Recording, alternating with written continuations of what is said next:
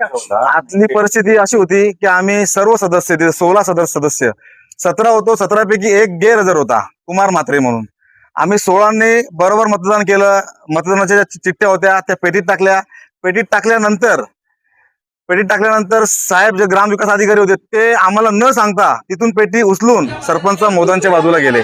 आम्ही त्यांना वारंवार विनंती करत होतो की साहेब तुम्ही पेट्या इथं ठेवा आणि इथून आम्हाला दाखवा की कोणाकोणाला किती मतदान झालं. साहेबांनी आमचं ऐकलं नाही. साहेब तिथं मतदान पेटी घेऊन गेले. घेतल्यानंतर साहेबांनी दोन्ही हात त्यांचे पेटीत ठेवले. पेटीत ठेवल्यानंतर साहेबांना बोललो, साहेब तुम्ही आतमधले हात तुम्ही दोन्ही काढा, तुम्ही एकच हाताने एक चिठ्ठी उचला आणि दाखवा आणि ती खाली ठेवा. साहेबांनी तसं प्रक्रिया काहीच केली नाही. साहेबांनी डायरेक्ट सर्व पत्रिका बाहेर काढल्या. अनिकेत म्हात्रे या साईडला, रजनीताई एका साईडला, आणि सांगितलं की 8 आणि 9 फक्त एवढंच. बाकी कुठल्याही सदस्याला, आम्ही 9 जण नाही, बाकी सर्व सदस्यांना एकाही सदस्याला ते दाखवलं नाही तर कोणाला किती मतं पडली. ही परिस्थिती आतमधली आहे. आणि ही वास्तुस्थिती सांगताना मी चेरोबाजावर हात ठेवतो की ही गोष्ट खरी आहे. याच्या व्यतिरिक्त कुठलीही गोष्ट आतमध्ये घडलेली नाही.